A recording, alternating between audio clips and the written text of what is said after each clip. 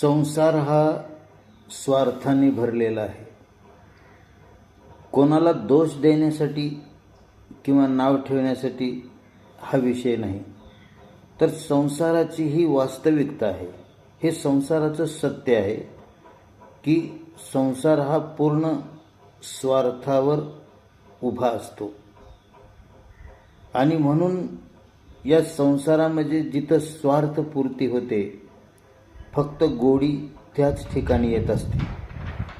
मी एखाद्या व्यक्तीला जर किंमत देतोय समजा, तर त्या व्यक्तीपासून मला काहीतरी लाभ आहे म्हणून मी त्या व्यक्तीला किंमत देतोय, किंवा मला एखादा व्यक्ती किंमत देत असेल तर माझ्याकडून त्या व्यक्तीला काहीतरी लाभ होतोय आणि म्हणून तो मला किंमत देतोय. तर अशा पद्धतीने एकमेकाची गरज किंवा एकमेकाचा स्वार्थ जिथे पूर्ण होतो त्याचंच नाव संसार आहे.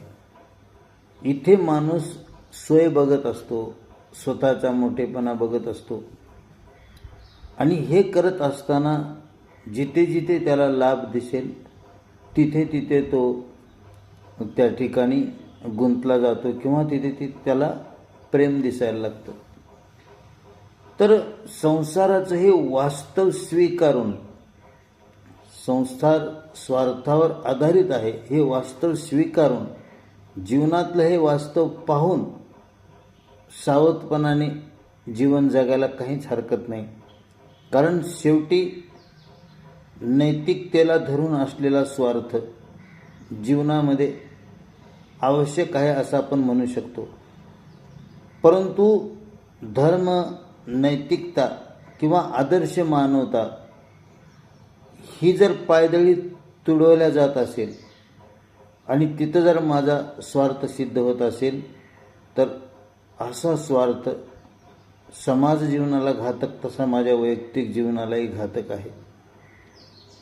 आणि म्हणून माझ्या जीवनामधला स्वार्थ मला ओळखता आला पाहिजे. संसाराचे सत्य मला जाणता आलं पाहिजे. ती नजर माझ्याकडे असली पाहिजे. ती नजर जर आपल्याकडे आली ना, तर आपण कुठे ब्रेक करायचं हे त्या ठिकाणी सहज ओळखू शकतो. या जगामध्ये काही कमतरता आहे आणि म्हणून इतके प्रश्न किंवा समस्या निर्माण झाल्या नाहीत. माणसाच्या स्वार्थानेच, स्वार्थी वृत्तीनेच या जगामध्ये प्रचंड समस्या निर्माण केल्या आहेत. माणसाचंच माणसाला भय आहे, दुसऱ्या कोणाचं नाही.